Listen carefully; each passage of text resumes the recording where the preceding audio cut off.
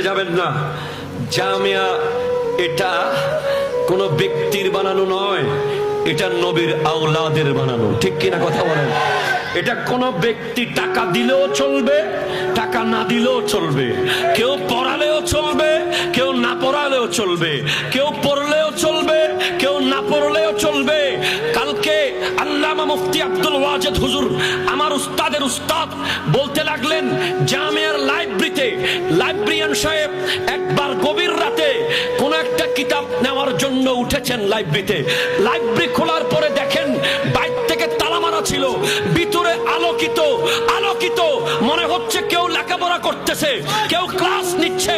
তো হুজুর কেবলাকে জিজ্ঞেস করা হলো, হুজুর লাইব্রেরি মে, আর রাত্রে বেলা লাইব্রেরির মধ্যে আলো দেখতে পেয়েছি, লাইব্রেরি মে কিসি নে